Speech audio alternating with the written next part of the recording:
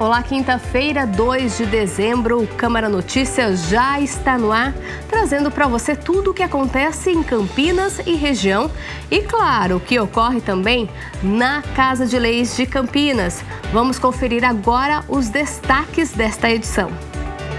O vereador Rodrigo da Farmadic solicita obras de sinalização no asfalto de parada obrigatória. Eu fiz uma indicação para que fizesse a sinalização de solo no bairro Ademar de Barros.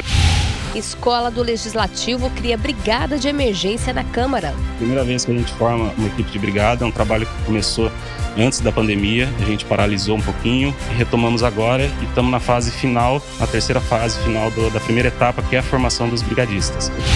Tem ainda o resultado da reunião ordinária de número 32. Você fica sabendo como será o tempo para esta sexta-feira. E quer trabalhar em Indaiatuba? A gente te conta quais as vagas disponíveis pelo posto de atendimento ao trabalhador de lá. É agora no Câmara Notícia. Campanha 16 dias de ativismo contra a violência de gênero está acontecendo aqui em Campinas.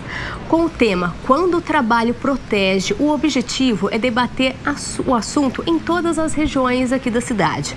E quem traz os detalhes pra gente é a Mariana Meira. Boa tarde, Mariana. Eu queria que você começasse já explicando por que 16 dias, qual o significado disso? Tem um significado que daqui a pouco a gente vai comentar. Viviane, boa tarde para você, boa tarde a todos que acompanham a gente ao vivo aqui pelo Câmara Notícia. Antes é importante mencionar que nós estamos às vésperas do dia 6 de dezembro, que é o Dia Nacional de Mobilização dos Homens pelo fim da violência contra as mulheres. E por que é tão importante falar sobre isso? Porque quando a gente fala em violência contra as mulheres, os homens têm que ser envolvidos nesses debates para mudar a cultura. É um problema cultural que tem que mexer, sim, e tem que mexer na estrutura de gênero. A gente tem um agravante ainda, que é a pandemia, né, Viviane? Existe um estudo divulgado pela Datafolha, encomendado pelo Fórum Brasileiro de Segurança Pública, que indica que caiu a violência nas ruas e aumentou a violência dentro de casa. Uma em cada 4 mulheres acima de 16 anos disse, nessa pesquisa, ter sofrido algum tipo de violência dentro de casa durante a pandemia, que foi um período em que o isolamento social imperou, e isso tornou mais difícil também de identificar quando essas mulheres estão sofrendo algum tipo de violência, que pode ser tanto verbal quanto física e outros tipos. Por isso, a Prefeitura de Campinas tem se engajado em uma campanha que se chama Quando o Trabalho Protege, que é um ciclo de conversas que começou no dia 19 de novembro e segue até amanhã, sexta-feira, envolvendo 5 regiões da cidade e que integra, né, esse ciclo de conversas, os 16 dias de ativismo, sobre os quais nós vamos entender um pouco mais agora com a secretária municipal de Assistência Social, Pessoa com Deficiência e Direitos Humanos, Vandecleia Moro. Secretária, primeiramente, boa tarde. Qual que é a importância da gente falar, né, começando a nossa entrevista, e envolver homens no tema violência contra a mulher? Boa tarde. Boa tarde. É fundamental essa conversa, esse diálogo e a participação dos homens. Nós temos os homens como os autores da violência, então trazer eles para o debate, para essa mobilização e conscientização. Falando sobre isso, você mencionou que os 16 dias de ativismo tem essas rodas de conversa, mas nós teremos um momento importante no dia 7 que fala sobre deixa o homem falar, esse é o tema. Então nós vamos reunir homens de toda a sociedade, poder público, poder judiciário, sociedade civil, para discutir a violência contra a mulher. Quais os mecanismos que eles, enquanto homens, podem nos ajudar nessa rede de proteção. E que tipos de rodas de conversa são essas que têm acontecido ao longo desses 16 dias, encerrando amanhã? Mari, os 16 dias deste ano tem o tema Quando o Trabalho Protege.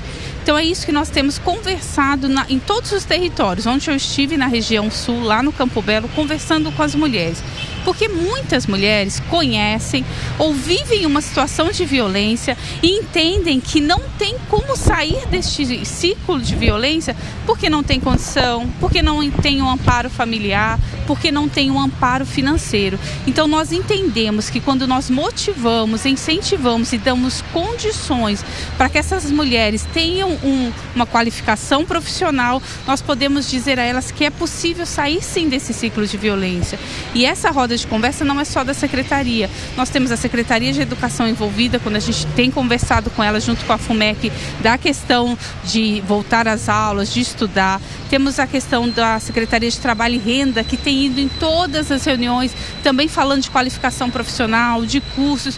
Então é toda uma rede envolvida com esse objetivo, de dizer para a mulher que ela não está sozinha, que existe sim uma rede, um círculo de violência, mas que nós podemos tirá-la desse círculo de violência e trazê-lo para um círculo de proteção. Até porque, né, secretária, a violência contra a mulher, ela envolve outros problemas crônicos, né, como culpa, vergonha, medo de denunciar, medo de ficar sozinha, vulnerabilidade econômica, são muitas coisas envolvidas, né? Muitos mitos também. Ontem nós tivemos uma reunião com o Ministério Público falando dessa demanda das mulheres que denunciam a agressão, mas muitas não denunciam por mitos. Por exemplo, muitas mulheres se submetem àquela violência e não saem de casa, porque às vezes o companheiro, o marido diz, se você sair você vai perder a guarda, se você sair você perde os direitos. Isso é um mito, por isso que essas rodas de conversa é tão importante, ouvir o que essa mulher tem a dizer, o que ela entende, às vezes não é ela, é uma conhecida, mas que possamos nos unir e quebrar esses mitos e dizer, não está sozinha.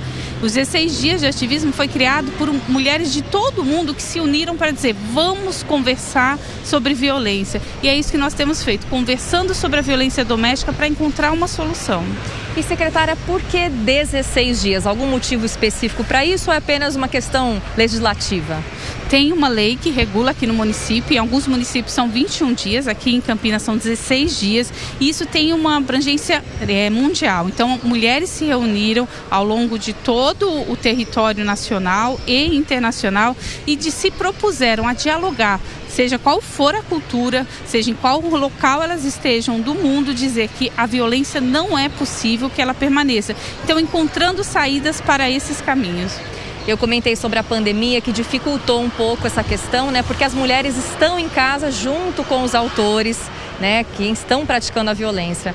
Como é que a gente pode mudar essa realidade, né? Quando a gente fala em subnotificação de casos, de dados, em que momento a gente se encontra agora? Hoje nós vimos um aumento do número de denúncias, porque as mulheres podem então saímos daquele lockdown, daquele momento em que a mulher estava dentro de casa com o agressor, então houve um aumento no número de denúncias e sim, nós temos agido em todos os meios, reunindo todos os setores, o poder público com sua atuação, seja ela de conscientização, atuação repressiva também, quando a gente fala de forças policiais e poder judiciário, e a de prevenção, que é o que nós temos feito nessas rodas de conversa. Inclusive, amanhã a Secretaria, em parceria com a Secretaria de Saúde, lança uma edição especial do SIS-9, né, que é o Sistema de Notificação de Violências. O que seria isso, secretária? O SIS-9, todas as notificações que tratam de violência, seja ela contra a mulher, idoso, criança, é registrado nesse boletim SIS-9. E amanhã nós vamos fazer uma roda de conversa com as mulheres para falar sobre esses dados. E vão ter mulheres que vão contar as suas experiências de dizer como superaram isso, o que pode ser feito, exemplos de vida mesmo. E também, aí eu peço a parte para falar também, que essa ação não se encerra na sexta. No sábado nós vamos estar lá na região noroeste, lá na Praça da Concórdia, com uma ação A Praça é Delas, levando todos os serviços da Prefeitura.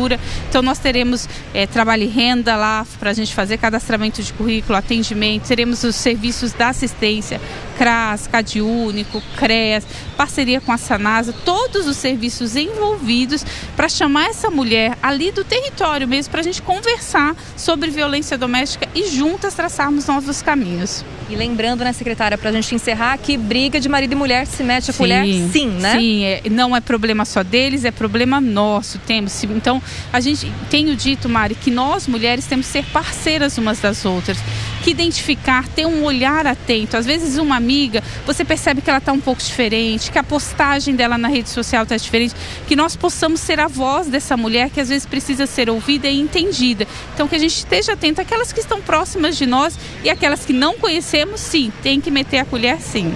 Secretária, muito obrigada pela sua entrevista. Bom trabalho, então, para vocês nesse finzinho de campanha. Obrigada pela oportunidade de divulgar uma ação tão importante. Nós que agradecemos. Lembrando, Viviane, que a Câmara Municipal de Campinas tem ativamente discutido a violência contra a mulher por meio das comissões, por meio de projetos de lei, moções de protesto e, claro, essa é uma tarefa de todos nós mulheres, vocês homens, para que prestem atenção em tudo que tem acontecido, porque como disse a secretária, violência é assunto de todo mundo, é de todos nós, não é só ali na casa das pessoas, todos nós podemos ficar atentos. Muitos restaurantes, bares também têm aderido a diferentes campanhas pontuais para identificar mulheres que estejam passando por situações de violência, situações desagradáveis. E é isso, todo mundo junto, metendo a colher sim onde tem problema, Viviane. Com certeza, Mari, todo mundo metendo a colher sim e ajudando, uma ajudando a outra, e é dever também do homem participar, colaborar para eliminar esse tipo de violência. Muito obrigada, viu, pelas suas informações. E a gente continua aqui a nossa conversa, só que agora com a Mirna Abreu, que já está aqui no estúdio do Câmara Notícia, trazendo agora as notícias da metrópole. Boa tarde, Mirna. Boa tarde, Viviane. Boa tarde a você aí de casa. E a gente já começa com a decisão do governo do estado de São Paulo, que mantém a exigência do uso de máscaras em espaços abertos no estado. Na última semana, nós tivemos o anúncio que a partir do dia 11 isso seria flexibilizado, mas diante de toda a situação, inclusive das confirmações da variante Ômicron aqui no estado de São Paulo, o governador do estado atende aí a recomendação do comitê científico para manter essa exigência. Também há uma recomendação para que há incertezas ainda quanto ao impacto da variante Ômicron às vésperas de fim de ano.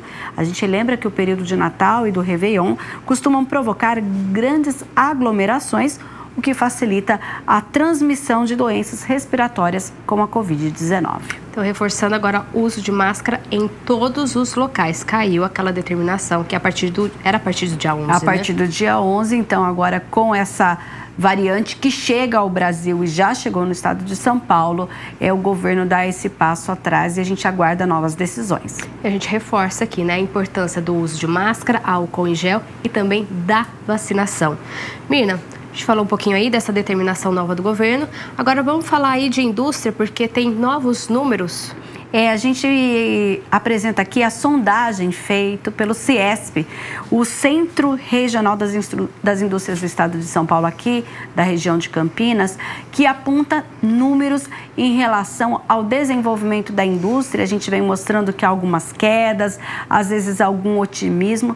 Acompanhe agora. O desempenho das indústrias associadas ao CIESP Campinas mostrou que 2021 foi um ano de forte crescimento e curva ascendente. O ano, apesar de todos os percalços, foi bom. Em outubro, nós tivemos, por causa de preço de combustíveis, logística, crise hídrica, questão de inflação, uma pequena queda na atividade industrial. Porém, a nossa pesquisa mostra que para 2022 o empresário continua otimista, tanto quanto à sua empresa como ao Brasil. Então, a gente detalha aqui, olha, o volume de produção diminuiu em novembro em relação ao mês anterior em 20%. Para 44% das empresas que participaram dessa pesquisa, 44% permaneceu estável e 36% aumentou. O faturamento diminuiu para 36% dos associados do CIESP. Nós temos ainda um dado positivo, que é o número de funcionários em novembro, que permaneceu estável para 80% das empresas aqui da região de Campinas. Custos de matéria-prima e componentes continuam pressionando as empresas e aumentaram 76%, aumentaram o valor em 76% das empresas. Nós também temos ainda o custo de energia, água, transporte, que também aumentaram em 80% das empresas aqui da nossa região. E agora a gente vai falar um pouquinho sobre verão, né? Você tem tanto falado aí sobre a questão do tempo, chove, umidade do ar. E oficialmente começou nesta quarta-feira, aqui na nossa região, a Operação Verão. que vai até o dia 31 de março. Olha, a Operação Verão, ela envolve diversas secretarias e órgãos da administração pública. O objetivo é mobilizar áreas envolvidas no socorro a situações de emergência e desastre e para, inclusive, minimizar as consequências. É sempre realizado nessa época, especialmente voltada para situações com fortes chuvas e temporais típicos da estação mais quente do ano. O plano de contingência trabalha com 4 níveis de alerta e cada um deles desencadeia uma ação específica e envolve o acompanhamento de índices pluviométricos em áreas de risco e prevenção meteorológica. Inclusive, a gente já mostrou aqui que tem aquele DISC que você pode receber o SMS falando se vai chover em sua região ou não, faz parte dessa operação. A gente lembra que, inclusive, são medidas antecipadas de áreas de risco que são mapeadas, inclusive a Prefeitura, no caso de Campinas, já tem um mapeamento dessas áreas, que quando chove ou então, olha, já vem um alerta que vai ter um temporal, essas áreas elas têm uma maior atenção caso precise retirar pessoas ou prestar qualquer tipo de socorro nessas comunidades. Então a gente acompanha, inclusive a gente vai acompanhar uma operação dessas aí no decorrer do verão, Viviane. E a gente mostra aqui para vocês tudinho. E menina, dezembro, Natal, panetone, tem muita gente que não sabe fazer, mas quer aprender e tem oportunidade agora. Quer aprender e pode fazer disso uma renda agora para o fim de ano, né? Por isso, a Secretaria de Trabalho e Renda, por meio do CEPAT, o Centro Público de Apoio ao Trabalhador, oferece 16 vagas em um curso em parceria com o Senai que ensina a fazer panetone. O curso é gratuito e realizado presencialmente na cozinha da Escola da SEASA, com uma carga horária de 24 horas. E olha, já começa sexta-feira as aulas, então tem que correr atrás dessas vagas. Mais detalhes no site cepat.campinas.sp.gov.br. As aulas já começam nessa sexta e depois tem aula dia 6, 7, 10, 13 e 14 de dezembro, sempre do meio-dia às 4 da tarde, lá na SEASA Campinas. Então, eu vou reforçar aqui para que você faça a sua inscrição. cepat.campinas.sp.gov.br. E, menino, já que a gente está falando de panetone, dessa delícia, tem instituição que está vendendo panetone, como assim? É uma ação solidária justamente para angariar fundos neste final de ano. Por isso, olha, a Associação Esperança em Vida deu a largada para a campanha de Natal com a venda de panetones e chocotones. A gente tem um vídeo aí enviado pela associação na voz do Robertinho, que é o presidente da Esperança em Vida.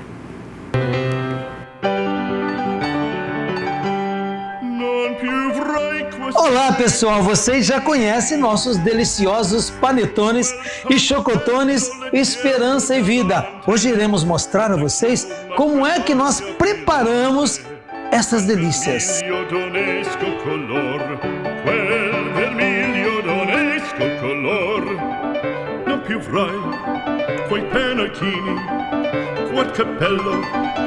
Quella chioma, quell'aria brillante, non chiudrai farfallone amoroso, notte e giorno di torno girando, delle belle turbando a riposo, narcisetto a dolcino d'amor.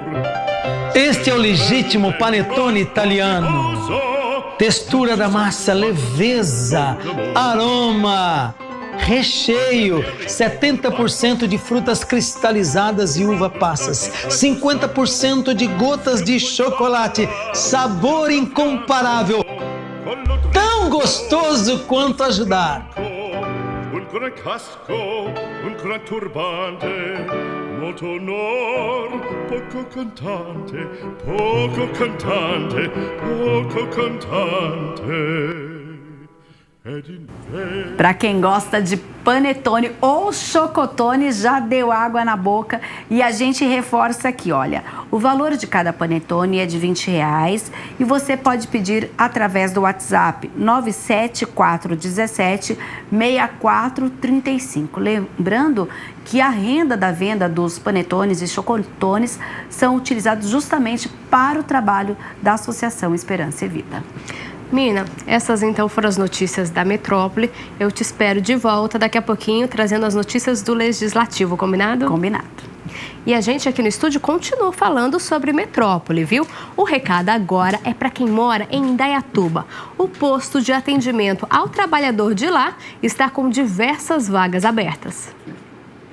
O posto de atendimento ao trabalhador de Indaiatuba está com vagas para ajudante de cozinha, auxiliar de manutenção predial, auxiliar de marceneiro, gari, marceneiro, motorista de caminhão leve, oficial de manutenção predial, serralheiro, ajudante de obra, auxiliar de limpeza, costureiro, encanador, frentista, pedreiro, porteiro, zelador, ajudante de eletricista, auxiliar administrativo, auxiliar de cobrança, encanador, torneiro mecânico, técnico em enfermagem, vendedor e atendente de setor de frios, vaga para PCD. Detalhes de cada vaga o interessado encontra em www.indaiatuba.sp.gov.br. A gente dá uma pausa agora no CN, só que é só para tomar uma água, viu? Coisa rápida. Não saia daí, porque no próximo bloco você vai ver. Como fica o tempo para amanhã? A gente te conta. E tudo o que foi discutido e aprovado ontem na reunião ordinária da Câmara, você fica sabendo em instantes.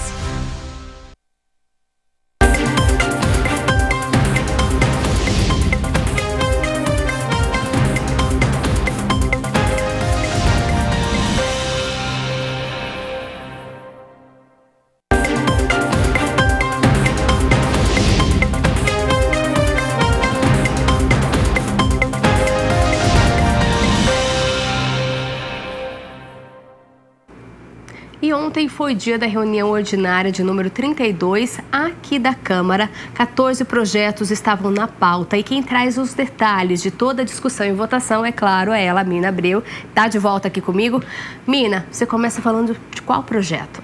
A gente começa falando justamente de um projeto que deu bastante debate, bastante discussão, inclusive que também já tinha sido realizada uma audiência pública a respeito dessa matéria e foi aprovado em primeira discussão o projeto de autoria do prefeito que institui o regime de previdência complementar para os servidores públicos do município de Campinas, titulares de cargos efetivos, também em provimento da administração direta, autarquia, fundações e Câmara Municipal, fixa o limite máximo para concessão de aposentadorias e pensões pelo regime próprio da Previdência de Campinas, estabelece também parâmetros para a adesão ou a criação de planos de benefícios e o respectivo regulamento.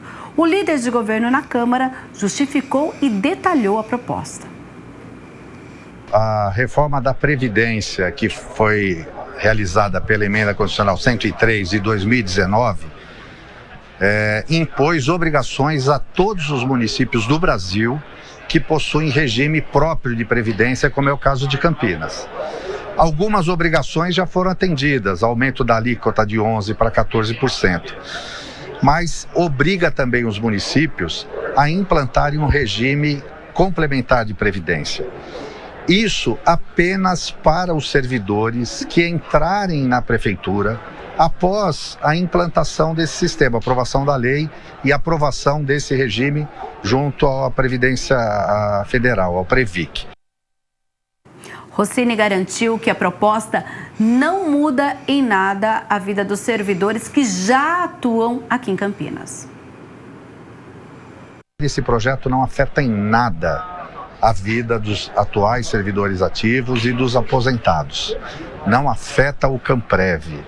Na verdade, o servidor que entrar por concurso depois que tiver o sistema implantado, ele vai estar sujeito ao teto de aposentadoria estabelecido pelo regime geral de previdência. Assim como qualquer trabalhador tem o teto hoje de R$ 6.433, os futuros servidores também o terão. Do ponto de vista de sistema Camprev, não mexe nada, porque se ele ganhar até 6.400, ele vai continuar participando do Camprev, contribuindo pelo Camprev, e o Camprev vai garantir a aposentadoria dele até esse valor. Eventualmente, se ele tiver um cargo superior, ganhar mais do que 6 mil reais, 10 mil reais, por exemplo, ele vai contribuir para o Camprev 14% até o valor de 6.400. Só a diferença, se ele quiser a aposentadoria chegar nos 10 mil, a diferença ele vai contribuir para o regime complementar. E a Câmara aprovou também, em primeira discussão, o projeto de autoria do prefeito que trata da gratificação de 5% do vencimento inicial, conforme o nível de enquadramento para os profissionais da Guarda Municipal de Campinas.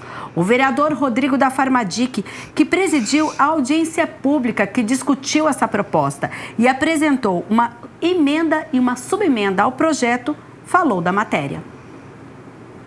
É importante para a valorização da Guarda Municipal. É um projeto que foi proposto ainda no ano de 2020, logo após aquele assalto ocorrido no Aeroporto Internacional de Viracopos, e que os guardas municipais foram os primeiros a dar o combate àquele assalto. E foi proposto aqui na Câmara, pelo então prefeito Jonas Donizete, um projeto que cria um adicional de operacionalidade ostensiva. É um adicional para aquele guarda municipal que está em condições de estar e fazendo a operação ostensiva, que está na rua trabalhando todos os dias.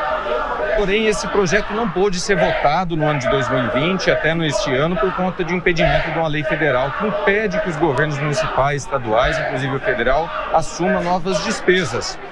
Mas num diálogo que nós tivemos no início deste ano e agora novamente com o prefeito, com o executivo, nós propomos uma lei que postergava o início da vigência da lei. Então, eu propus essa lei por conta da demanda da procura dos guardas municipais, que são os principais interessados nesse projeto, para que ele passe a viger a partir do 1º de janeiro, que é quando acaba os efeitos da lei federal que impede o município de assumir novas despesas.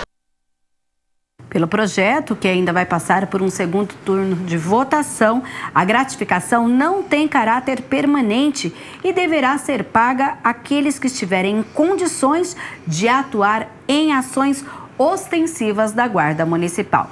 E os dois projetos, Viviane, estão disponíveis no site da Câmara Municipal. Você pode ir lá pesquisar a matéria toda quando a gente entra no site em pesquisas de proposições, e a votação completa também está na capa do site, notícias, lá no www.campinas.sp.leg.br. E, Mina, a gente falou aí dos projetos, mas ontem também algumas moções foram analisadas pelos parlamentares aqui?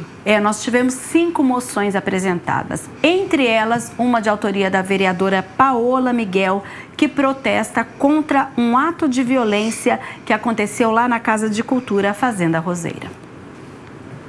Mais uma vez a Fazenda Roseira ela foi invadida. No primeiro momento eles roubaram os fios, né? Foi feita uma denúncia, mas aí sem iluminação o pessoal saiu da Fazenda Roseira, e quando retornou todos os objetos estavam revirados. Então a gente vê isso, né, no Novembro Negro. A gente já denunciou aqui no plenário, né? Não só eu, mas diversos outros vereadores, que isso acontece de forma sistemática. Tinha ficado, né, do poder público aumentar o policiamento na região para que esse tipo de coisa não acontecesse, para a gente ter ali a garantia, inclusive histórica e cultural do povo negro. E infelizmente isso aconteceu justamente ainda em novembro, que a gente ressalta a necessidade da gente garantir a nossa história. A vereadora ressalta ainda a importância do valor cultural da Fazenda Roseira. Ela resgata, né, o patrimônio histórico da população negra e cultural. Lá tem diversas manifestações, não só religiosas, mas também culturais, como, por exemplo, o jongo, né, que é um resgate da nossa história. Então, a Fazenda Roseira, ela traz justamente a população negra de Campinas, que a gente tem a última cidade, Campinas foi a última cidade a libertar o seu povo escravizado, esse resgate para todo mundo que ainda mora aqui em Campinas, todo mundo que viveu e cresceu, como também a exaltação dos nossos heróis negros. Então é fundamental que a gente tenha manutenção na Fazenda Roseira, a gente garanta a segurança, para também garantir que a nossa história do povo negro vai ser garantida. E ainda na 32ª reunião ordinária, nós tivemos na tribuna, durante o pequeno expediente, a fala do vereador Carlinhos Camelô, que na última semana teve um mal-estar durante a reunião ordinária e ele falou sobre os primeiros socorros e agradeceu aos envolvidos naquele dia. Não sei o que aconteceu, estou fazendo os exames necessários para apurar, mas eu subo aqui para agradecer desde o presidente dessa casa, o Zé Carlos, a todos os vereadores que tiveram aí e me ligaram no dia seguinte, ou até mesmo no mesmo dia, aos bombeiros que me atenderam aqui no momento, ao Coronel Coelho também, que esteve ali presente, que nos deu a primeira assistência, meu amigo aqui, Paulo Haddad, que também de prontidão já fez os primeiros socorros. E também, gente, agradecer a todo esse pessoal que mandaram através de texto, mensagem, ligações. Eu não consegui responder a todos, mas acabei gravando um vídeo através aí das redes sociais, fazendo agradecimentos a todos. E também a gente acompanha aí tudo que acontece na reunião ordinária, lembrando que você pode acessar a íntegra no youtube.com/TV Câmara Campinas.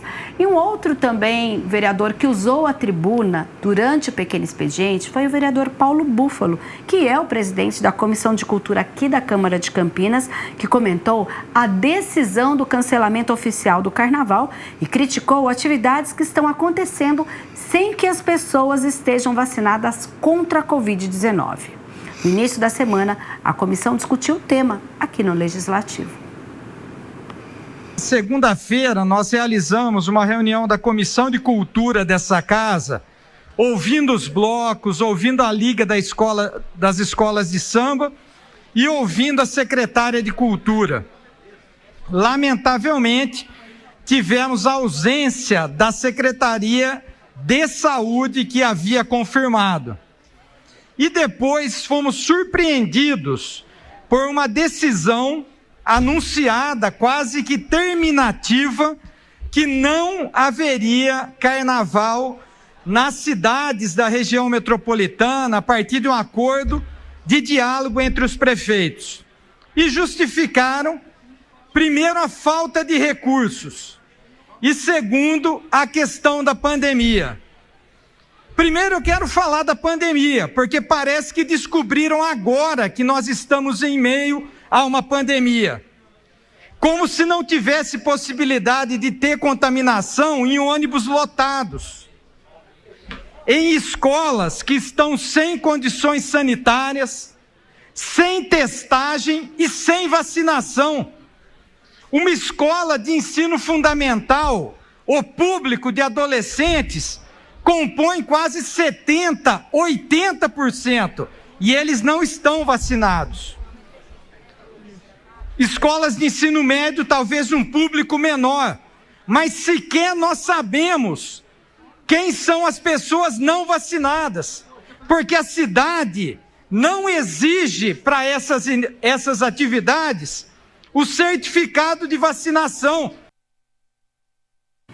E a gente continua aqui acompanhando as reuniões ordinárias que acontecem todas as segundas e quartas-feiras. Além dos vereadores Carlinhos Camelô e Paulo Búfalo, outros parlamentares também falaram na tribuna durante o pequeno expediente. Você confere lá no youtube.com/TV Câmara Campinas. E, Mina, tem novidade aqui no Legislativo. Agora a Casa de Leis também vai ter uma brigada de incêndio, de emergência, é isso? É uma brigada de incêndio, por isso várias turmas de vários setores estão sendo treinados aqui justamente para fazer essa atuação de emergência em caso de necessidade. Você aceitaria o desafio aí na sua empresa para participar aí e ser aí um brigadista? Você saberia o que fazer caso precisasse usar um extintor de incêndio? Tem certas coisas que a gente não gosta nem de pensar, né? Ou nunca nem parou para pensar. Uma delas é o que fazer se o ambiente em que a gente estiver simplesmente pegar fogo. É esperado que na hora em que isso acontecer, o desespero seja tanto que a gente nem consiga raciocinar sobre como começar a mexer com tudo isso ou como seguir as placas de saída. Existe uma equipe formada para colocar ordem na casa nesses momentos de pânico. E essa equipe é a Brigada de Incêndio. Nesse caso que estamos falando aqui é mais complexo ainda, é Brigada de Emergência. Um projeto que acontece pela primeira vez na Câmara de Campinas, sob realização da Elecamp. Primeira vez que a gente forma uma equipe de brigada, é um trabalho que começou antes da pandemia, a gente paralisou um pouquinho e retomamos agora e estamos na fase final, na terceira fase final da primeira etapa, que é a formação dos brigadistas. O objetivo é a gente possuir pessoas capacitadas, treinadas para atuar em uma situação de emergência. Então o brigadista, na verdade, ele atua tanto na parte de evacuação, de abandono, no auxílio dos ocupantes, no atendimento pré-hospitalar, que é o que a gente chama de primeiros socorros, e também no combate ao princípio de incêndio. Parece fácil, mas não é. O treinamento inclui aulas teóricas que exigem muita atenção aos detalhes e também atividades práticas que dão todo o suporte, caso seja necessário, além de atuar caso um incêndio comece, também um atendimento de primeiros socorros. Não é treinamento para meros curiosos, tem que estar realmente afim e disposto a correr riscos. O Thiago se inscreveu para fazer o treinamento de forma voluntária e nos deu a dica. O brigadista é a pessoa que ela vai atuar auxiliando o bombeiro nas atividades de salvamento. No caso de um incêndio aqui na Câmara.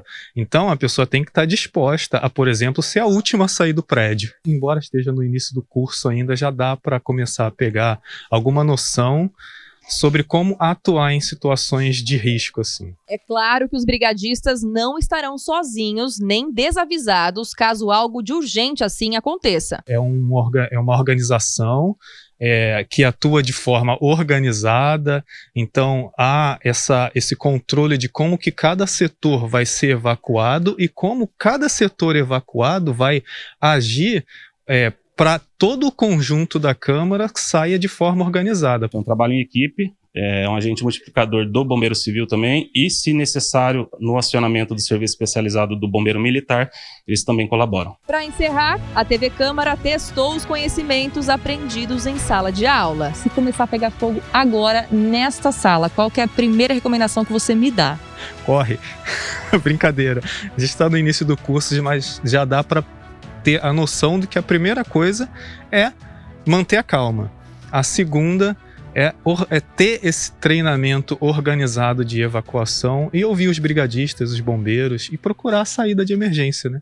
É isso. É importante saber, né, Viviane? Porque senão é essa reação que a gente tem mesmo.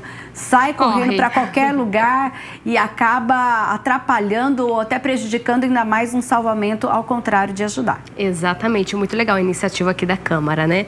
Vamos falar agora da iniciativa do vereador Rodrigo da Farmadic. Ele quer sinalização de solo, é isso, né? É isso mesmo, olha, o vereador pede a sinalização de solo com aviso de parada obrigatória em um cruzamento de vias públicas no Jardim Ademar de Barros. Confira.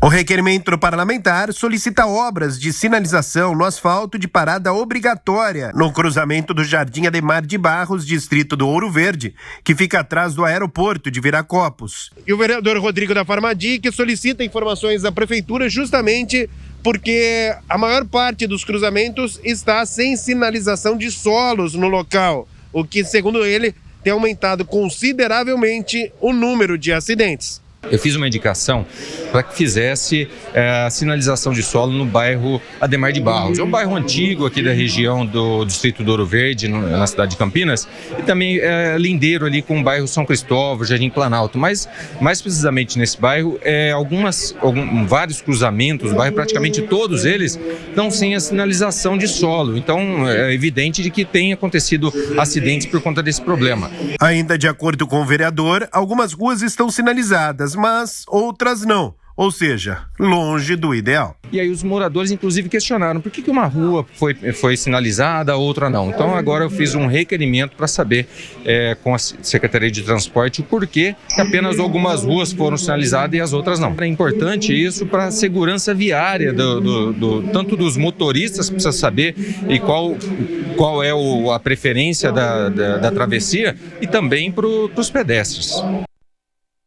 Para a gente encerrar a sua participação aqui de hoje no Câmara Notícia, a agenda da casa, porque tem evento, né?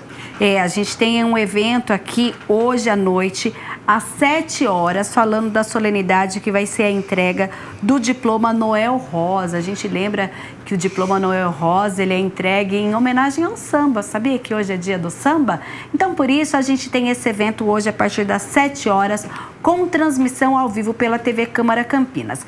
Mas antes de eu encerrar aqui a minha participação, eu vou contar para vocês como foi a reunião da Comissão de Constituição e Legalidade, que analisou projetos ainda nesta quarta-feira. A gente lembra que esta é a comissão porque passam a maioria dos projetos aqui da casa. Essa foi a 5ª reunião extraordinária da Constileg, que contou com a presidência do vereador Jorge Schneider. Na presença dos demais membros, Guida Calisto, Débora Palermo, Igor Diego, Paulo Búfalo, Permínio Monteiro e Rodrigo da Farmadic, a comissão votou 12 itens, 9 da pauta e 3 da extra-pauta. Existem projetos que nós temos que aprovar este ano, pelo fato do período, a periodicidade que chama, né? Então nós temos essa pressa de nós aprovarmos. Mas tem alguns que são de forma regular, nós estamos tramitando. E é necessário sempre se olhar aquilo que é justo, aquilo que é bom para Campinas, mas principalmente aquilo que é legal, porque essa comissão não vê o mérito, ela vê a legalidade. Então assim foi feita a votação e assim os vereadores agiram e agem sempre nessa comissão. Entre os projetos votados, houve pedido de vistas e arquivamento de alguns. Outros foram aprovados e agora vão continuar o processo de tramitação na casa. Para Jorge Schneider, a união de diferentes pontos de vista dentro da Constileg é positiva para o município. Ele é necessário para o crescimento da cidade, né? Nós não queremos uma cidade que todo mundo pense igual. Não é isso que nós queremos. Nós queremos uma cidade justa e uma cidade que seja honesta e que seja voltada para a legalidade. A gente lembra, então, que a maioria dos projetos passa por essa comissão e, após a análise e o parecer favorável, eles ficam disponíveis para entrar, então, na pauta de votação. Mina, então estas foram as notícias de hoje. Eu te espero amanhã com as notícias do Legislativo e também da Metrópole. Muito obrigada. Até amanhã, Viviane. E agora vamos saber sobre as notícias do tempo?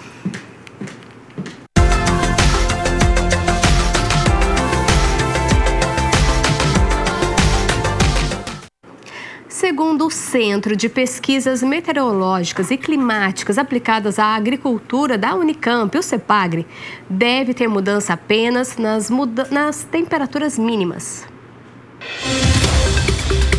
A entrada de um ar relativamente mais frio proporcionará um declínio nas mínimas, principalmente na virada de quinta para sexta-feira. A máxima, no entanto, será pouco afetada, tendo em vista a forte influência da radiação solar. Amanhã a temperatura fica entre 17 e 29 graus. Indicativos mais consistentes de chuva somente para o início da próxima semana, entre segunda e terça-feira. Segundo uma pesquisa divulgada pelo Observatório da PUC Campinas, jovens entre 18 e 24 anos ocupam 56% dos empregos criados em outubro aqui na nossa região, a região de Campinas. Uma boa notícia, não é mesmo? E para saber detalhes desta pesquisa, eu converso agora com a economista responsável por este estudo, ela que já está aqui na tela comigo, é a professora doutora Eliane.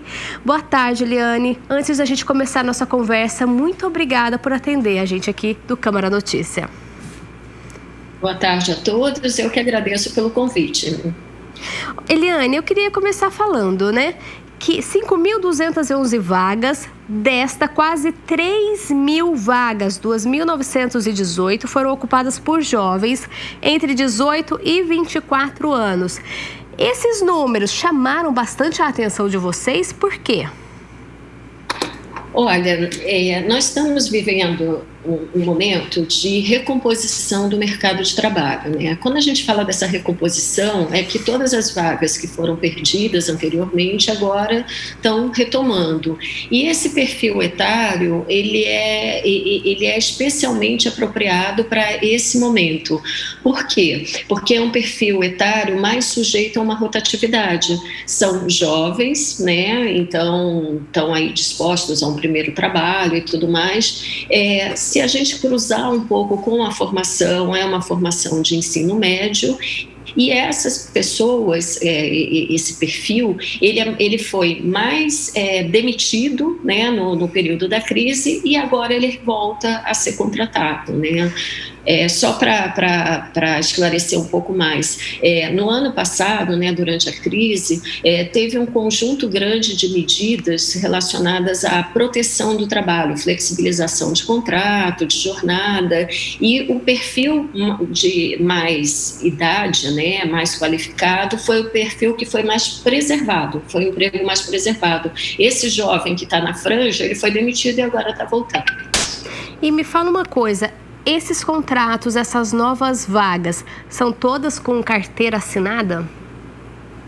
Olha, o novo CAGED, acho que foi uma excelente pergunta, né? O novo CAGED, ele mudou um pouquinho a metodologia de apuração dos dados, né? Antes, a totalidade das vagas que estavam sendo demonstradas, né, eram vagas com carteira assinada, né, um contrato de trabalho por tempo indeterminado. Agora, tudo que vem do CAGED são contratos de trabalho. Né? Que contratos são esses? Eles podem ser temporários, provisórios, mas todos eles estariam dentro do grande guarda-chuva da formalidade. E isso é bom não ter essa carteira assinada ou ter novos tipos de contrato de trabalho? Como que vocês analisam esse novo mercado, esse novo tipo de contratação? Na verdade, esse contrato já existia, né? De alguma forma, quando a gente olha para aquele PJ, lembra que a gente falava muito do PJ? O problema é que, a vantagem é que agora, nessa nova forma de apuração do dado, a partir do e-social, a gente consegue pegar um conjunto maior aí de ocupações que a gente chamaria de mais flexível. Porém, isso está distante daquele conceito do informal. O que é o informal? É a pessoa que não tem nenhum vínculo, que não tem nenhum contrato de trabalho. Esse, sim, está numa situação muito mais fragilizada. Então, quando a gente pensa naquela diarista que trabalha na casa das pessoas, que não tem nenhum contrato, ou da pessoa que trabalha como ambulante, como autônomo, essas pessoas estão numa situação de fragilidade. E aí, eu chamaria atenção para uma outra coisa. Embora nós estejamos captando a partir do novo CAGED, essas formas de contrato, mais formas de contrato, a grande maioria do crescimento do emprego, porque teve uma pequena reduçãozinha do desemprego, mas a grande maioria do crescimento do emprego veio a partir dessas vagas totalmente informais. E isso é muito grave para a economia. E quando a gente fala aí de contratação de jovens, né, 18 a 24 anos, são jovens que estão estudando, que ainda estão em processo de formação.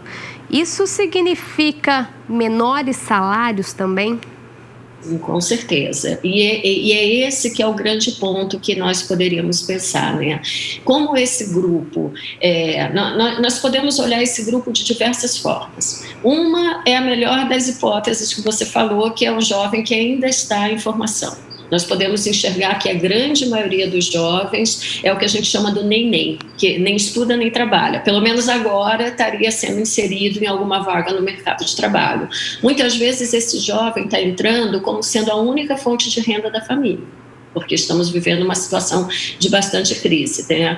Mas, por outro lado, grande oferta de mão de obra com esse perfil faz com que haja um baixíssimo poder de barganha em termos de salário. Então, eles estão entrando pelo salário que está sendo oferecido. Em média, nessa faixa etária com esse perfil, eles estão com um salário muito próximo do salário mínimo. Né? Então, o que está acontecendo é que esse jovem, de alguma forma, ele está entrando, isso é um dado positivo, mas num cenário que provavelmente o salário dele está mais baixo, porque tem muita gente no mesmo perfil competindo com ele com essa vaga, e num cenário de inflação, né? Isso tudo está diminuindo o poder de barganha desse grupo para puxar essa economia para frente. Você citou a inflação, eu ia perguntar isso, a minha próxima pergunta. Também influencia em tudo na contratação, no salário, no perfil do trabalhador? Não necessariamente no salário, mas no poder de compra, porque eu estou contratando. Vamos fazer uma conta bem bobinha. Vamos supor que antes eu contratava esse jovem por 1.300. Agora, como tem uma oferta muito grande, né, desemprego alto e tudo mais, eu contrato esse rapaz, esse jovem, por R$1.200, R$1.100. Só que a inflação está comendo o poder de compra dele. Então, o que significa que, na prática, ele tem um poder de consumo menor. Tendo um poder de consumo menor, ele não dinamiza com tanta força essa economia. E aí, como que a gente faz? Existe uma perspectiva? Como que vai ser o futuro? Dá para imaginar como vai ser 2022 diante dessa nova realidade? Salários menores aí para os nossos jovens, mas o mercado precisando se reerguer? Essa semana também o IBGE divulgou os dados, mas aí são os dados nacionais, né, que a gente não tem como aferir exatamente para a região metropolitana de Campinas, muito menos para Campinas e tudo mais, ou seja, não dá para aferir no nível do município, mas a informação que nós temos é que a renda média caiu 4%. Então, você já tem aí um problema na renda do trabalhador. Quando você olha para esse trabalhador formal, caiu 3%. Então, o que significa? Em média, está todo mundo recebendo um salário menor. E numa economia, hoje saíram os dados do PIB. De novo, nós tivemos uma queda de 0,1% do PIB. Então, a projeção que a gente tem é que essa economia não vai crescer. E, endogenamente, nós estamos sem o mercado consumidor com capacidade de puxar essa economia. Então, nós temos um desafio muito grande, porque juntando com isso aí, nós ainda podemos falar, olha, o governo, de alguma forma, ele mudou o pagamento do auxílio emergencial, né, transformou no Bolsa Brasil, né, mudou o programa Auxílio Brasil e tirou o Bolsa Família. Ok, mas ele, no campo do Bolsa Família, ele trocou um pelo outro. Pior, melhor, mas enfim, não vamos fazer um julgamento neste momento sobre os dois programas. Mas o fato é que no auxílio, né, nós tínhamos em torno de 32 milhões de famílias sendo beneficiadas. Agora nós vamos ter, no máximo, 17, 18 mil, no máximo 20 milhões de famílias sendo beneficiadas pelo auxílio. O que isso significa na prática? Menos renda na sociedade. Aí você vai falar, mas a pessoa que recebe o Bolsa Família é um salário muito pequeno. Ok, mas ele gera uma demanda no mercadinho. Aquele mercadinho, ele se torna um demandante de um outro serviço. Então, você tem um efeito multiplicador. Esse efeito foi reduzido também na sociedade. Então, no ano que vem, por isso que há uma disputa muito grande no governo federal para tentar ampliar esse auxílio, que é uma forma de sustentar lá na base um padrão de consumo que pode gerar um efeito multiplicador e não tornar a economia tão difícil no ano que vem. Porque assim... Pode continuar, desculpa. Não, é que existe aí uma questão, né, que o consumo doméstico ele tem que ser uma ferramenta importante para gerar demanda para a indústria, essa indústria gera demanda para o setor de serviços, então você tem que ter todo um encadeamento também importante nessa economia. Você disse aí indústria, comércio. O comércio foi o que mais contratou, depois veio indústria, também veio a construção civil. Quando se fala em comércio, dezembro, Natal, festas, tudo isso influenciam? Sim, num primeiro momento, né, nós temos uma certa sazonalidade que a gente pode observar na economia. Num primeiro momento, as indústrias vão se organizando um pouco olhando para essa parte final, que é as vendas de Natal. Existe uma programação para isso, né? Então, nós, de certa forma, nós estamos olhando uma recuperação do emprego do comércio um pouco seguindo essa sazonalidade que eu estou te falando, e também um pouco esse movimento de vacinação, de reabertura da economia, e uma confiança maior também nos consumidores de voltarem aí para a rua para fazer suas compras e tudo mais. O grande desafio é entender o que as pessoas vão fazer com o 13º salário, porque a gente sabe que o nível de endividamento das famílias também está muito alto. Eu ia te perguntar isso pegando o gancho. Está entrando aí o 13º salário, está entrando também o dinheiro dessas vagas temporárias. E aí, qual que é a orientação que você dá? Principalmente quando se fala de jovens, né? Segurar, não ir gastando tudo. Olha, é muito difícil, porque hoje, foi aquilo que eu falei, muitos desses jovens, dependendo das vagas, se você olha a construção civil, vagas nos serviços e tudo mais, muitos desses jovens, talvez só ele esteja trabalhando na família.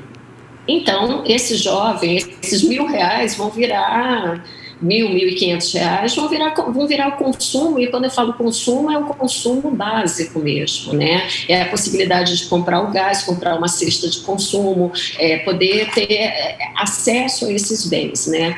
Agora, quem está recebendo um 13º salário? Evidentemente, se eu estou recebendo um 13º salário e eu estou endividado, eu vou liquidar minhas dívidas, porque se ao longo desse tempo, lembra aquilo que eu falei anteriormente, muitas pessoas tiveram redução, flexibilização na jornada, flexibilização nos seus salários, tiveram reduções ainda vivendo aí da pandemia. Muitos, de alguma forma, para fazer frente aos seus orçamentos, às suas despesas normais, acabaram com alguma dívida no cartão. Você não vai ficar com uma dívida no cartão, uma dívida no banco, tendo uma renda para pagar, não seria uma coisa razoável. Mas do ponto de vista da dinâmica econômica, você está frustrando a expectativa de quem achava que ia vender no final do ano. Né? Então, só gasta se você tiver certeza de que não vai faltar lá na frente, né? Mas, no geral, a decisão, dentro de uma racionalidade aí, onde a gente vê que a renda está muito contraída, e sabendo que as famílias estão endividadas, eu apostaria que uma boa parte dessa renda vai para pagamento de dívidas contraídas em períodos anteriores. Helena, a gente está falando dessa pesquisa aí realizada pelo Observatório da PUC, que revelou aí jovens sendo contratados, mas como é que fica também a situação daquele trabalhador mais experiente? Está sendo substituído pelo jovem, né? Existe aí uma tendência, né? E assim, no acumulado, né? A gente lá na PUC, né? A gente tem trabalhado muito com o Centro Vitalitar, né? Que tem trabalhado muito com a questão da terceira idade e tudo mais, e nós fizemos um estudo de mercado de trabalho, e isso não é da pandemia, né? Isso é uma discussão que já vem na economia já há muito tempo. É uma substituição do trabalhador mais velho por um trabalhador mais jovem. Existem dois aspectos aí que podem estar por detrás dessa substituição. Eu, como economista, falo do primeiro, que é o aspecto econômico, um trabalhador mais jovem, mas aí não esse jovem que eu estou falando para você, que é esse jovem com uma baixa, com a escolaridade média, mas muitas vezes um trabalhador jovem recém-formado, ele tem atributos que para a empresa são mais adequados para o trabalho. E o melhor atributo dele é que ele entra no início de carreira, então ele ganha menos. Então, ele tem como se desenvolver, não tem tantos vícios e tudo mais, e consegue. Então, esse preconceito, ele existe muito fortemente no mercado de trabalho, né? E aí, como as vagas são escassas, não tem emprego para todo mundo, né? E muitas vezes o trabalhador mais de uma faixa etária superior, né? Ele acaba, quando demitido, muitas vezes a renda de aposentadoria dele é baixa. Então, você tem alguns desafios aí para esse trabalhador também não retornar ao mercado de trabalho, o mais velho, né? 60 mais. Eles muitas vezes voltam um pouco na tentativa de continuar uma atividade laboral, mas ele também volta porque ele precisa da renda, né? Da complementação da renda. E diante dessa realidade, 2022 vai ser aí cheio de desafios também nessa área. Olha, Infelizmente, né, eu acho que as notícias para 2002, eu falo que economista pode ser pessimista à vontade, que depois ele erra, todo mundo fala, aquela economista foi... Mas assim, nós estamos com um cenário muito difícil pela frente. Por quê? Existem dois aspectos aí que eu acho que são importantes, né? Nós estamos com eu não estou falando nem de uma possibilidade de um repique aí da Covid, né, com essa nova variante, deixando um pouco isso de lado, né, pensando só nas condições macroeconômicas mesmo. Mundialmente, nós estamos com problemas nas cadeias globais de produção, ou seja, falta produto, falta insumo, e nossa região é muito conectada, né, as indústrias precisam muito desses insumos. Então, isso é um aspecto ruim que encarece ou dá escassez, né? Quando tem escassez, as empresas suspendem seus turnos de produção, enfim, tem todos esses problemas. Fora isso, temos aí uma subida do dólar, uma incerteza muito grande com relação ao que vai acontecer no ano eleitoral e tudo mais, então tudo isso sobe muito o valor do dólar. Então, tudo isso traz uma inflação, que eu digo que é a pior inflação que tem, que é uma inflação de custo. Fora isso, o governo, quando ele aponta para as soluções, são ações que não oferecem ainda com clareza qual é o rumo que essa economia vai tomar. Então, se a gente não tem um rumo concreto para a geração de trabalho e renda lá na frente, fica muito difícil, e se, como eu falei, o mercado consumidor, ele está padecendo, ele está empobrecendo internamente, nós estamos um pouco sem ações para o ano que vem. E além disso tudo, as novas variantes que surgem aí do coronavírus também mexem com tudo? Mexe com tudo, né? Porque coloca mais um ingrediente de incerteza. Então, se antes alguém estava pensando, ok, tudo já passou, vou abrir um pequeno negócio agora, vou empregar 5, 6 pessoas. Vai adiar, no mínimo vai adiar algum tipo de projeto aí. O setor de turismo, né, o setor de entretenimento, que já estava imaginando que ia conseguir respirar aí no final do ano dentro de uma segurança, né, a segurança sanitária, né, que ia poder respirar, já foi suspendido uma série. Se imagina o efeito de você suspender uma festa de final de ano. É um segmento que já está muito sofrido, gera muito emprego e tem efeitos encadeadores importantes. Então, assim, essa possibilidade de não sair da pandemia é algo inimaginável nesse momento, né? Como economista, qual a dica, a orientação, conselho, enfim, que você dá para quem está assistindo a gente nesse momento? Ai, meu Deus, tome vacina, usa máscara. Eu sei que você pediu a dica da economista, mas a dica da economista é essa, né? Vamos evitar que esse novo vírus se propague, né? Não negue, por mais cansado que a gente tenha, porque a economia depende disso. Né? Esse fator externo ele tem que ser combatido. Não digo que veio da África, eu digo externo à economia, porque a gente só vai conseguir ter segurança para retomar as nossas atividades e tudo mais quando de fato não houver risco, né? E a gente precisa ter um respeito ao próximo, né? Não adianta eu estar vacinada, sair sem máscara, que a economia não vai voltar pela minha vontade, é um coletivo, né?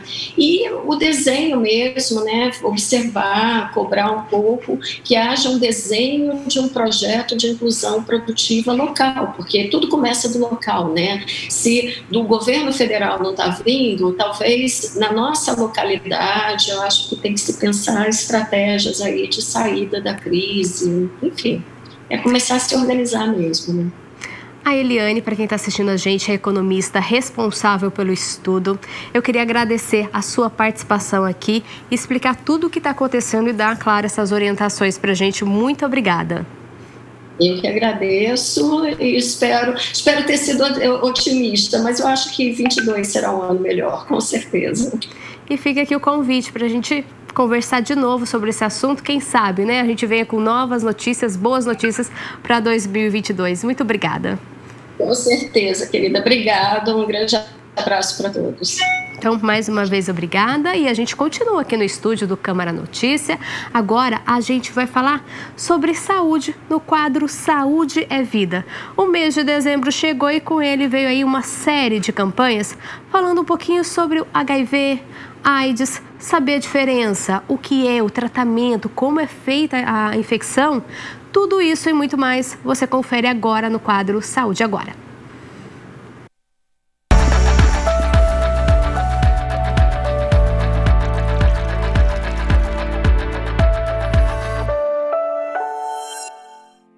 O mês de dezembro chegou e é hora da gente falar sobre AIDS e HIV. É sobre prevenção que a gente vai conversar agora com o Dr. Hélio Baixa. Ele é infectologista e membro da Sociedade Brasileira de Infectologia. Doutor, obrigada por aceitar nosso convite, falar aqui no Saúde Agora sobre esse tema tão importante, já que estamos no mês de dezembro e é um mês aí para falar sobre AIDS e HIV, né? Obrigado, é um prazer estar aqui com vocês. Doutor, então, tira essa dúvida pra gente. AIDS e HIV, mesma coisa ou não? Não, o HIV é o vírus cuja infecção vai levar a uma imunodeficiência que se chama AIDS. As pessoas que adquirem o vírus do HIV só irão evoluir para a AIDS quando não tratadas. E a pessoa com HIV, ela sente alguma coisa? Tem sintomas? Como que ela vai descobrir, doutor, que ela é portadora desse vírus? Ou só quando avança e vai para a AIDS? A evolução do HIV é praticamente assintomática. Há no início uma infecção viral que pode parecer como qualquer outra infecção viral, pode parecer dengue, pode parecer monoclose, pode parecer gripe, mas ela evolui para uma cura, entre aspas, onde há uma permanência do vírus lesando as células de imunidade daquela pessoa e que vai levar aos poucos a uma doença gravíssima, que é a AIDS. Quando tratada, não tem evolução para a AIDS. E, por isso, como não tem sintomas, que qualquer pessoa que tem história de exposição de risco, especialmente sexual, deve ser acompanhada para afastar a infecção HIV. Quem faz o tratamento evita a sua doença de AIDS e evita a transmissão do HIV para outras pessoas. Doutor, e o exame para detectar um HIV é de sangue? É algo simples? É a sorologia. É feito no sistema público e no sistema privado. Qualquer cidadão que queira fazer esse exame, ele deve procurar o serviço público ou o serviço privado que ele tenha direito e dizer, eu quero fazer o teste, sem maiores explicações. Se a pessoa tiver risco, tem comportamento sexual de risco, deve procurar também assistência médica, porque hoje nós temos o PEP, que é a profilaxia pós-exposição. Você se expôs hoje, você deve procurar o mais rápido possível a atenção médica, porque há medicação que você pode tomar e não desenvolver a infecção. Como também você pode ter comportamento sexual de risco e ter uma terapia específica, se esse comportamento não pode ser modificado. Doutora, a partir do momento que a pessoa é detectada com HIV, o tratamento é para o resto da vida? São medicações? Como que funciona? Hoje ainda é medicação para o resto da vida. É uma medicação, um ou dois comprimidos que ela faz uso, uma vez por dia, e com baixíssimo efeito colateral. Então, uma vida como um paciente com diabetes. Diabetes não tem cura, mas tem tratamento. Dá para ter, então, como você disse, uma vida normal, trabalhar, fazer atividade física, tudo? Perfeitamente normal. Ter vida social, pode se casar, pode ter filhos, pode trabalhar, pode viajar, pode tudo. Eu até ia perguntar isso. E no caso das mulheres, ela pode ter filho? Existe o risco de passar para o bebê? Existe o risco de passar para o bebê se ela não tiver tratamento. O tratamento não passa para o bebê. E doutor, a gente está aí no mês de dezembro falando sobre esse assunto.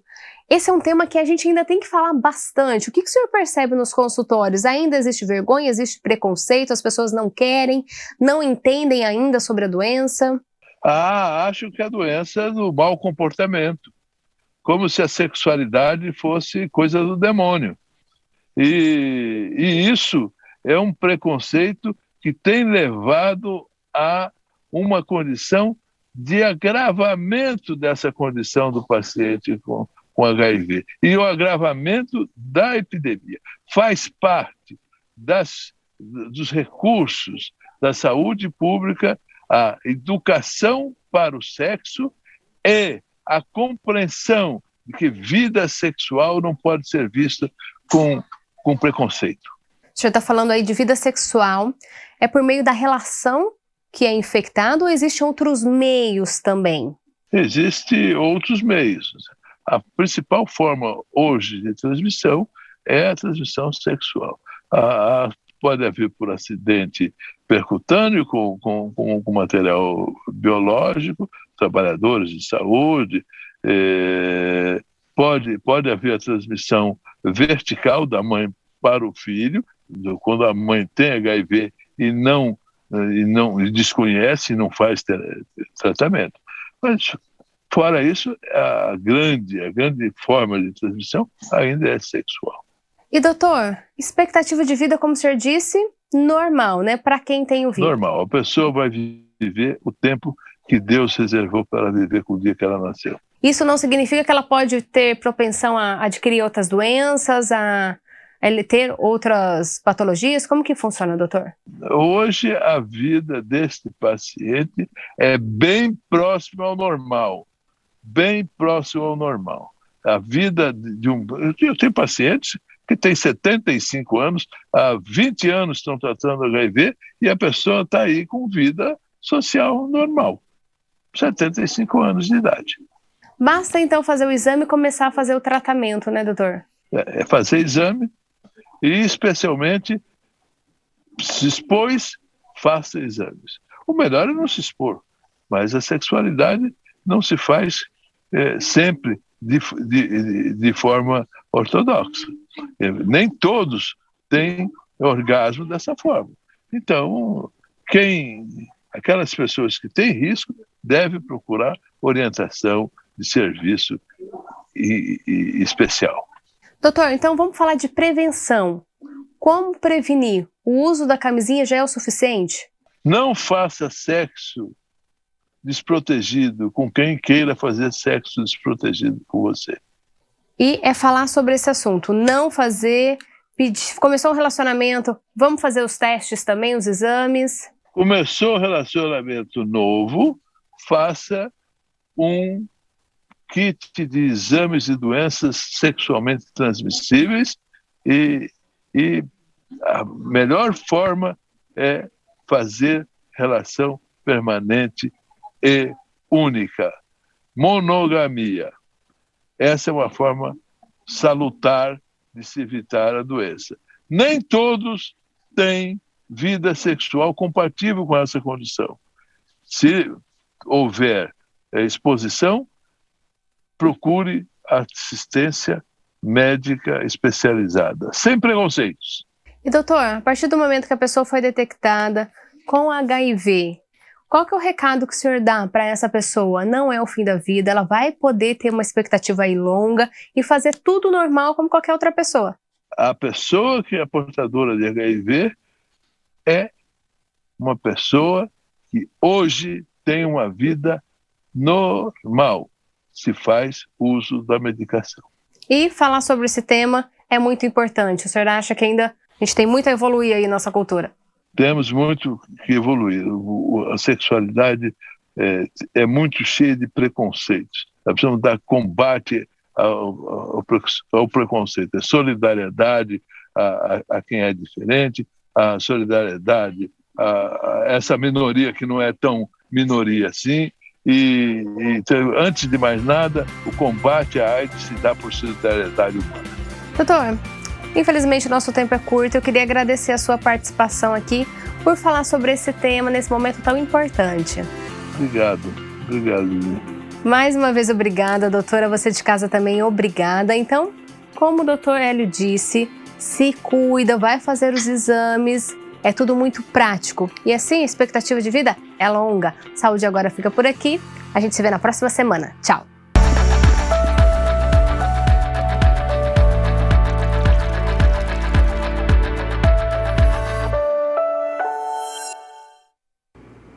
E por hoje é só. Desde já, muito obrigada pela sua companhia e audiência. Amanhã tem mais Câmara Notícia aqui pela tela da TV Câmara Campinas. Eu te espero, então, nesta sexta-feira. Tchau!